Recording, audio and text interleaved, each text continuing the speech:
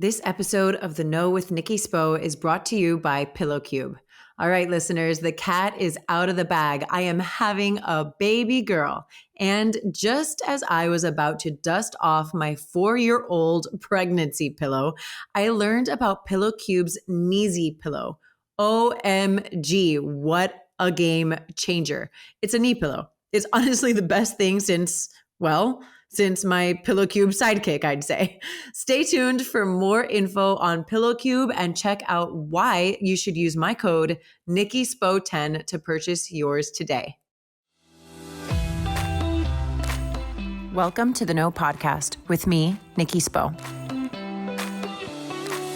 All right, guys, here we go. We made it. Welcome to the Know with me, Nikki Spo. I am so glad you're here. I was very tempted, I'm not going to lie, to record this episode from my bed because it's been that kind of day. And guess what? Some days are hard. I want to get really vulnerable with my listeners today and share that I've been having a bit of a rough time. I have been really emotional lately and things have felt a little overwhelming for me. So with my history of depression and anxiety, I really try to monitor my big feelings and make sure that I stay in communication with my support system. For me, that looks like reaching out to my sponsor, my therapist, a couple of trusted confidants, and friends within my sober community. In these moments, I have to get really intentional about my choices. And the reason why I'm bringing this up is because there's like this toxic positivity trend that says like no bad days, no off days, like never not working. Like, I'm sorry, mama's trying to take a break, Like I'm trying to have a moment over here because mama needs to have a moment. And I think a lot of us feel that way. And this episode is for the people who you're running on empty and you keep pushing and you're eventually like you're going to run out of gas and then you're going to be stranded. Like, how do we take care of ourselves in those moments so that we don't leave ourselves stranded? I think we all go through these things and we need to talk about that more. I'm going to use my platform today to address that within myself with my listeners. Okay. So when I'm feeling like this, like in these moments, I have to get really intentional about my choices. And I'm not going to lie, like it can be super difficult. I think my instincts are to like lay in bed and scroll social media, which usually only leaves me feeling worse and usually envious and usually more irritable. I do enjoy finding like humor and even some like words of encouragement on social, but it takes a lot of intention for me to regulate my intake. Like now, being pregnant, I wake up like, I'm not kidding, like 6 times in the night to go pee. And it takes a lot for me not to let my anxiety get the better of me and like start looking at my phone in the middle of the night, because then I'll just like go on this like wild, whatever rabbit hole of like looking at stupid shit and stuff that does not actually make me feel good and then like not getting sleep. So one of the things that I really have to do is like learn how to turn off my phone, and not necessarily turn it off, but just like detach from it, like turn my brain off from being accessible or for searching, right? It takes a lot of intention for me to regulate my intake. And that said, I also wanted to touch on some of the other methods that I've used in times where I'm getting like really fired up or feeling really down about myself or whatever. I used to do DBT therapy. Now, DBT stands for dialectical behavior therapy, and the main focus or goals of the treatment are to help people develop 4 main skills. Those are mindfulness, distress tolerance, interpersonal effectiveness, and emotional regulation. There are like countless skills within the DBT treatment plan. And something that I really loved about participating in this type of therapy was like how solutions based it was. Now, I have done like years of therapy since I was a child, and I often felt like I would leave sessions having like talked my heart and soul out, but also kind of feeling lost about what to actually do with my leftover feelings. I really like that DBT offered me actionable steps to coping with hard feelings and emotional impulses. I even still have my workbook and I reference it from time to time when I need to revamp or like reconsider my coping skills. I don't want to get into like all of the skills that are a part of the DBT program because I think that would be covered best by a therapist, but I did want to share that it was really helpful for me, and it has been. It continues to be. I've also learned to differentiate what I need. Sometimes I need to get to work and improve some of my skills, like improving those coping mechanisms or like working through how to communicate in healthier ways. And there's other times where I'm like, I just need to recover. And recovery can look different for me depending on what I'm going through. I think many of us have that like one friend that we can call when we need to hear like the hard truths about ourselves, that they'll tell you how it is, and where you messed up. And then we have a friend who will maybe come hang and help get your mind off things and go take you out for a good time or whatever. And then you'll have a friend who will just hold your hand and tell us we're doing our best and that we will be okay. I'm grateful to have those people in my life. And I think it's really important to have that tribe and also be aware of what we need in a given moment. It's not fun to learn the hard way when you want love and nourishment, but you're met with like the judgment and the hard truths that we may not be ready to hear. And on the flip side, like sometimes we're ready to cut the bullshit and solve some problems, and we need that support to say, yeah, you do need to cut the bullshit. I believe in you and you got this. So I consider myself very fortunate to have developed deep, meaningful friendships with countless women in my life. And across the board, I have always come back to the idea that you really never know what is going on behind closed doors. And to be kind to everyone because you truly never know what battles they are fighting. And everybody is usually fighting something, regardless of how severe or minimal it is. Funny is like the other day at camp, I saw a woman at camp drop off the other day for my kids. And she told me that she got really excited. She's like, I look forward to your daily content and your sense of humor, love following your podcast, all this stuff, And she said that I always seem so positive and happy. And I almost laughed. I had that week, I'd had the worst week, and I'd spent a significant amount of time crying and feeling down about myself. That very morning, I remember I had caked on so much under eye concealer because my bags were like super intense. And here's this woman saying like, I really look forward to what you're going to post. And I'm thinking, I feel crazy. I feel alone. I feel like I'm going through something that, whatever. That's all in my head. That's playing in my head. What I did do, I thanked her. I told her, wow, that means a lot to me because I've had the worst week and I don't always feel happy, but I try to do things that will make me feel happier in the moment. And she seemed genuinely surprised that I have moments of discontent. Of course I do. And then she told me, oh, you hide it so well.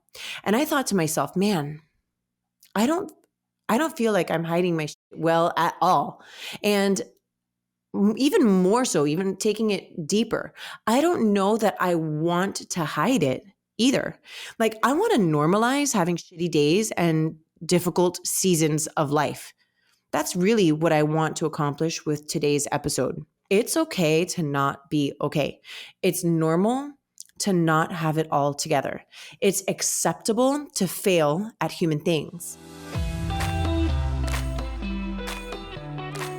All right, let's take a break so I can tell you all about my favorite sleep product, Pillow Cube. You've probably seen me posting and raving about my Pillow Cube products. You guys, I am very serious when I say that I cannot sleep without my Pillow Cube. I am a side sleeper, and I'm donezo with smashing 3 pillows together to find my comfy spot. I've got my Pillow Cube now, and that is all I need. I even take the pillow on trips with me. The small Sidekick Cube fits in my carry-on, and honestly, it's probably my most prized traveling essential. So as we gear up for summertime, and I know all my Miamians are trying to get out of this heat, I want to challenge you to take your Pillow Cube with you, and yeah, you can thank me later. But since the news is out, I want to share about another Pillow Cube product I've been using during my pregnancy, the Nikki pillow. So it's not just for pregnant people, but I have to say, since I had kids, my hips have just never been the same. And I've had to sleep with a pillow between my knees, pregnant or not, for the last 4 years. Just as I was about to dust off my old and cumbersome pregnancy pillow, I received my Nikki in the mail, and I haven't gone one sleep without it. The Nikki keeps my hips aligned, and honestly, I've been sleeping even better. What a dream. I'm excited to share my code with you. You can get 10% off of your Pillow Cube order by using my code NikkiSpo10. Head on over to pillowcube.com to get yours ASAP. You're welcome in advance.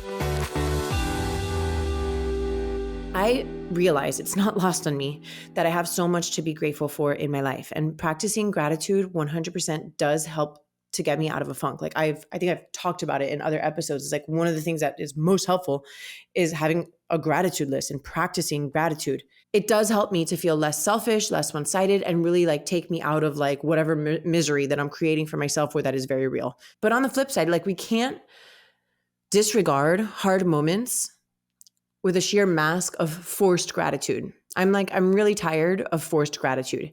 And since we're talking about gratitude, here's another thought. Like, even on the crappiest of days, I'm grateful that I am capable of feeling a full range of intense and beautiful emotions, even the ugly ones.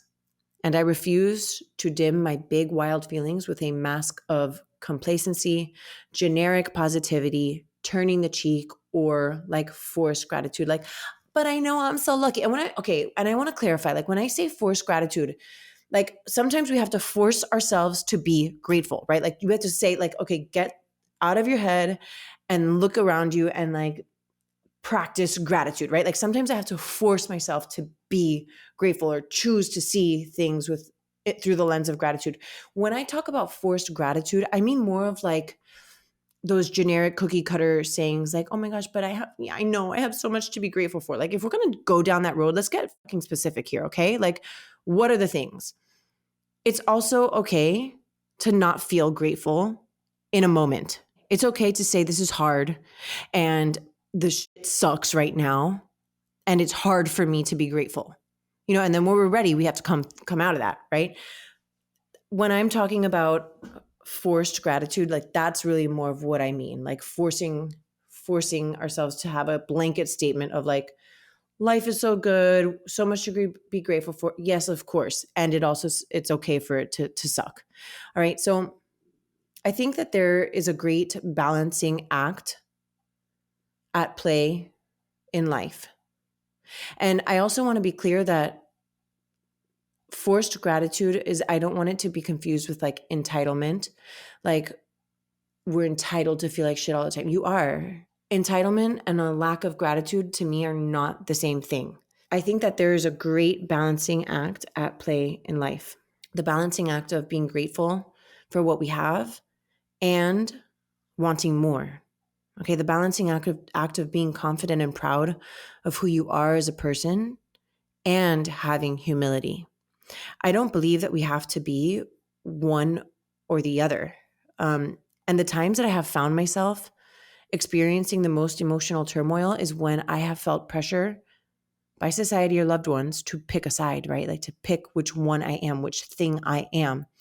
That happened so much to me in motherhood too, specifically in motherhood, like be this type of mom, do this. Like it's not that simple. It's not that cookie cutter. Like we try to do our best and we're not going to hit the mark every single time. And I think as women, in some generational lines and also specific cultures, we have been bred to think this way, that we have to be one thing or the other, and that we have to stay in our box of what people think we should be and be grateful for it, right? Like, do not stray from your box. Do not become overly curious. Do not want for too much. Be happy with what you are given. You have enough because I say so. Sincerely, society. Historically, women and people of color have had to fight for the right to be, quote, equal, right? This concept of equality. We have had to fight for the things that we want, regardless of why we want them or how justified we are in our desires. Are we allowed to simply want what we want because we want it? Like because certain things fill our soul? Freedom, love, art, beauty, knowledge, wisdom, access, whatever floats your boat. I want every ounce of what life has for me.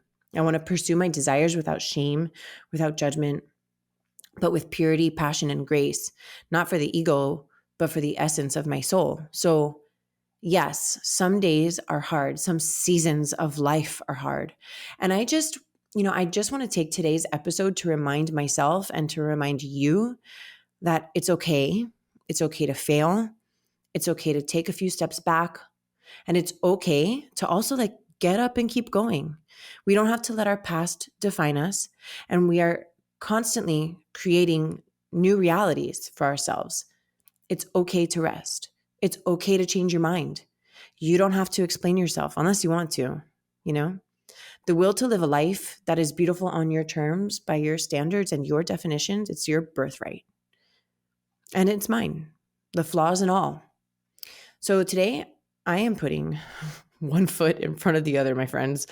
I don't know that I'm doing it effectively, but I am trying to do my job of being a mom and a wife and a friend and a podcaster and a content creator to the best of my ability. And it might not be perfect, but mom is a work in progress. And today I'm okay with that.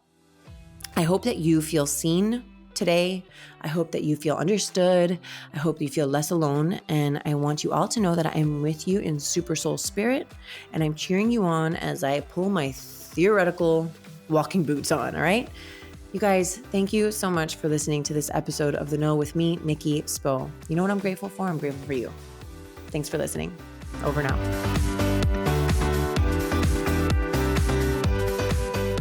Big thank you to our sponsor, PillowCube, for presenting today's episode of The Know with Nikki Spo. Head on over to pillowcube.com and use my code NikkiSpo10 for 10% off of your next PillowCube purchase.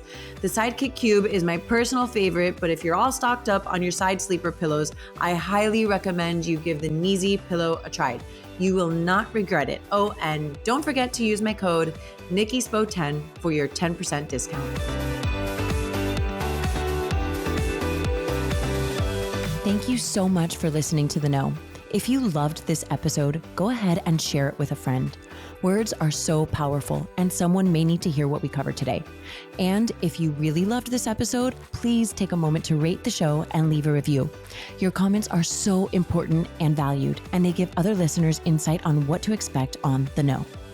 You can connect with me personally via Instagram at Nikki Sap Spo and The Know with Nikki Spo. My hope for you today is that you are fearless in looking inward so that you can be your highest, most authentic self and go after the life of your dreams.